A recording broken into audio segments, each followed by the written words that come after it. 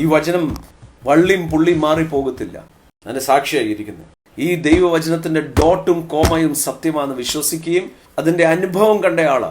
ഇന്ന് രാത്രി I am releasing this word upon your life.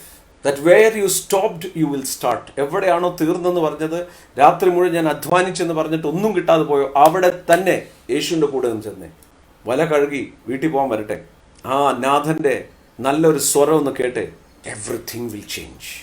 Everything. ഞാനിത് പറയുന്നത് ക്രൈസ്തവ മതത്തെ അനുകരിക്കാനല്ല, രക്ഷകനാകുന്ന യേശുവിനെ ഹൃദയത്തിൽ സ്വീകരിക്കാൻ.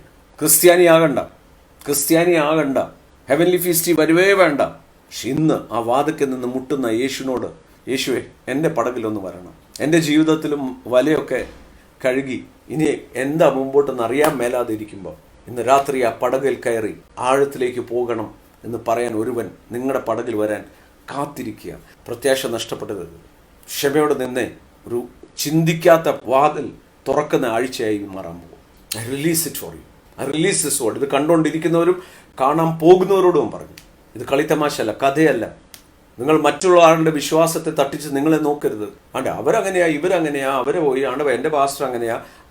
അവരുടെ വിശ്വാസമല്ല തട്ടുന്നത്. വിശ്വാസത്തിൻ്റെ നായകനും നമ്മുടെ standard of holiness, the standard of life is Jesus Christ.